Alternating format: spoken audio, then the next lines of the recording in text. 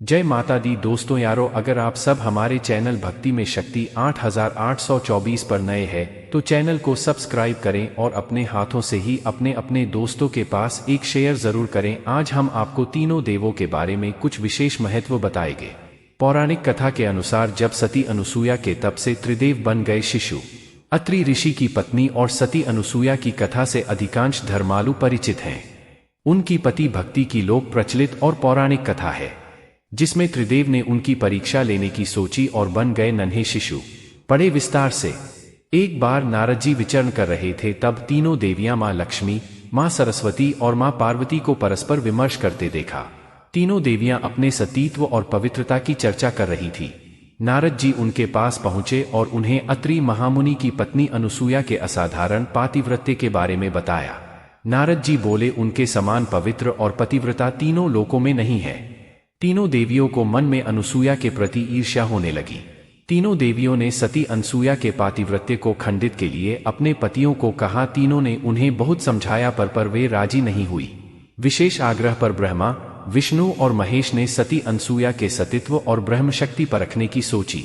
जब अत्रि ऋषि आश्रम से कहीं बाहर गए थे, तब ब्रह्मा, विष्णु और महेश तीनों ने यतियों का भेष धारण किया और अत्रि ऋषि के आश्रम में पहुंचे तथा भिक्षा मांगने लगे। अतिथि सत्कार की परंपरा के चलते सती अनुसूया ने त्रिमूर्तियों का उचित रूप से स्वागत कर उन्हें खाने के लिए निमंत्रित किया। लेकिन यतियों के भेष में त्रिमूर्तियों ने एक स्वर में कहा, हे साध्वी, हमारा एक नियम है कि जब तुम निर्वस्त्र होकर भोजन परोसोगी तभी हम भोजन करेंगे। अनुसूया असमंजस में पड़ गई कि इससे तो उनके पातिव्रत्य के खंडित होने का संकट है। उन्होंने मन ही मन ऋषि अत्रि का स्मरण किया। दिव्य शक्ति से उन्होंने जाना कि यह तो त्रिदेव ब्रह्मा, विष्णु और महेश हैं। मुस्कुराते हुए माता अनुसूया बोली, जैसी आपकी इच्छा। तीनों यतियों पर जल छिड़क कर उन्हें 3 प्यारे शिशुओं के रूप में बदल दिया। सुंदर शिशु देखकर माता अनुसूया के हृदय में मातृत्व भाव उमड़ पड़ा। शिशुओं को स्तनपान कराया, दूध भात खिलाया, गोद में सुलाया। तीनों गहरी नींद में सो गए। अनुसूया माता ने तीनों को झूले में सुलाकर कहा, तीनों लोकों पर शासन करने वाले त्रिमूर्ति मेरे शिशु बन गए, मेरे भाग्य को क्या कहा जाए। फिर वह मधुर कंठ से लोरी गाने लगी। उसी समय कहीं से एक सफेद बैल आश्रम में पहुंचा। एक विशाल गरुड़ पंख फड़फड़ाते हुए आश्रम पर उड़ने लगा और एक राजहंस कमल को चोंच में लिए हुए आया और आकर द्वार पर उतर गया। यह नजारा देखकर नारद, लक्ष्मी, सरस्वती और पार्वती आ पहुंचे। नारद ने विनयपूर्वक अनुसूया से कहा, माते, अपने पतियों से संबंधित प्राणियों को आपके द्वार पर देखकर यह तीनों देवियां यहाँ पर आ गई हैं। यह अपने पतियों को ढूंढ रही थी। इनके पतियों को कृपया इन्हें सौंप दीजिए। अनुसूया ने तीनों देवियों को प्रणाम करके कहा, माताओं, झूलों में सोने वाले शिशु अगर आपके पति हैं तो इन्हें आप ले जा सकती हैं। लेकिन जब तीनों देवियों ने तीनों शिशुओं को देखा तो एक समान लगने वाले तीनों शिशु गहरी निद्रा में सो रहे थे। इस पर लक्ष्मी, सरस्वती और पार्वती भ्रमित होने लगी। दोस्तों, अगर वीडियो अच्छी लगी तो हमारे चैनल भक्ति में शक्ति 8824 को सब्सक्राइब करें और अपने अपने दोस्तों के पास शेयर जरूर करें। दोस्तों, नारद ने उनकी स्थिति जानकर उनसे पूछा, आप क्या अपने पति को पहचान नहीं सकती? जल्दी से अपने अपने पति को गोद में उठा लीजिए। देवियों ने जल्दी में एक एक शिशु को उठा लिया। वे शिशु एक साथ त्रिमूर्तियों के रूप में खड़े हो गए। तब उन्हें मालूम हुआ कि सरस्वती ने शिवजी को, लक्ष्मी ने ब्रह्मा को और पार्वती ने विष्णु को उठा लिया है। तीनों देवियां शर्मिंदा होकर दूर जा खड़ी हो गईं। तीनों देवियों ने माता अनुसूया से क्षमा याचना की और यह सच भी बताया कि उन्होंने ही परीक्षा लेने के लिए अपने पतियों को बाध्य किया था। फिर प्रार्थना की कि उनके पति को पुनः अपने स्वरूप में ले आए। ने त्रिदेवों को उनका रूप प्रदान किया। तीनों देव सती अनुसूया से प्रसन्न हो बोले, देवी, वरदान मांगो।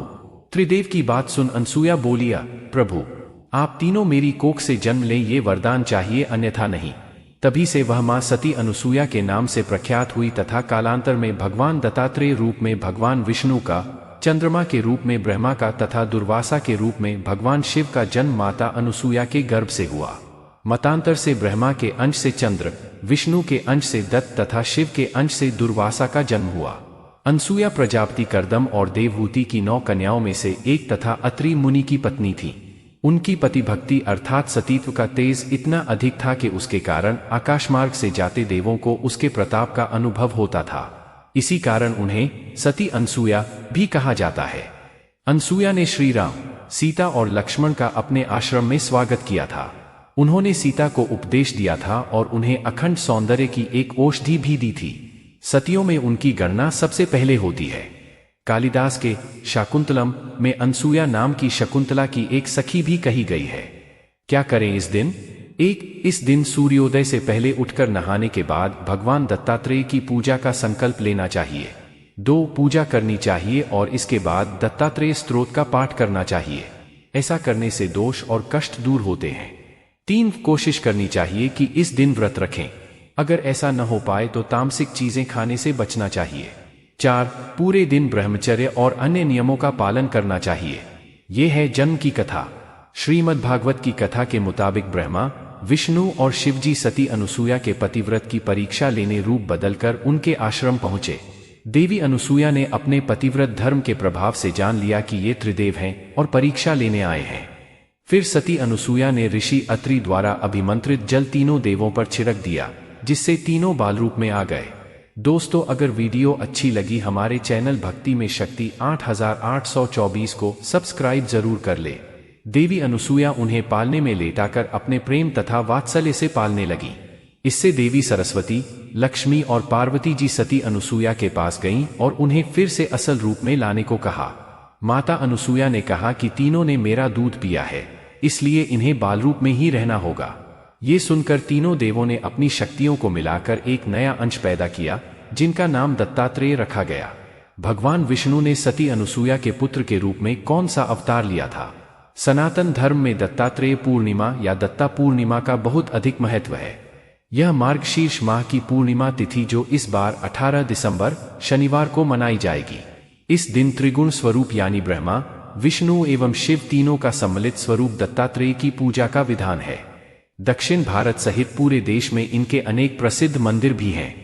मार्गशीर्ष मास की पूर्णिमा को भगवान दत्तात्रेय के निमित्त व्रत करने व दर्शन पूजन करने से मनुष्य की सभी मनोकामनाएं पूर्ण होती हैं। इसके अलावा भगवान विष्णु और शिव जी की कृपा से मनुष्य के बिगड़े काम बन जाते हैं। इनका स्वरूप बहुत निराला है। इनके 3 सिर हैं और 6 भुजाएं हैं। इनके भीतर ब्रह्मा, विष्णु तथा महेश तीनों का ही संयुक्त रूप से अंश मौजूद है।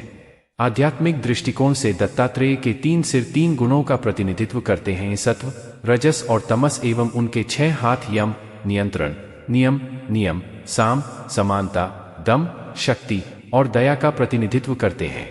* ब्रह्मा, विष्णु एवं महेश के अंश दत्तात्रेय एक ऐसे अवतार हुए हैं जिनके एक नहीं पूरे 24 गुरु हुए। दत्तात्रेय में ईश्वर एवं गुरु दोनों रूप समाहित हैं, जिस कारण इन्हें श्री गुरुदेव दत्त भी कहा जाता है। दत्तात्रेय सिद्धों के परमाचार्य हैं। उन्होंने जिससे भी जो कुछ ज्ञान पाया उसे ही गुरु के रूप में स्वीकार किया।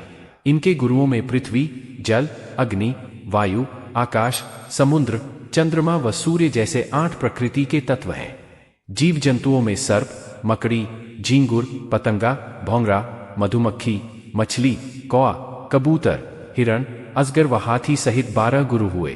बालक, लोहार, कन्या और पिंगला नामक वेश्या को भी इन्होंने अपना गुरु स्वीकार किया। भगवान दत्तात्रेय ने कहा है कि हमें जीवन में जिस किसी से भी ज्ञान, विवेक व किसी न किसी रूप में कोई भी शिक्षा मिले, उसे ही अपना गुरु मान लेना चाहिए।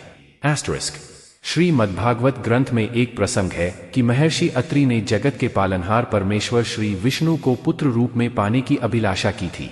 उनकी इस इच्छा को पूर्ण करने के लिए एक दिन भगवान ने प्रकट होकर महर्षि से कहा, मैंने स्वयं को आपको दिया। इसी देने के भाव से दत्त और अत्रि के ज्येष्ठ पुत्र होने से आत्रेय का मिला हुआ रूप दत्तात्रेय हुआ एवं इनकी माता परम पति भक्त सती अनसुया थी। वीडियो में अंत बने रहने के लिए धन्यवाद।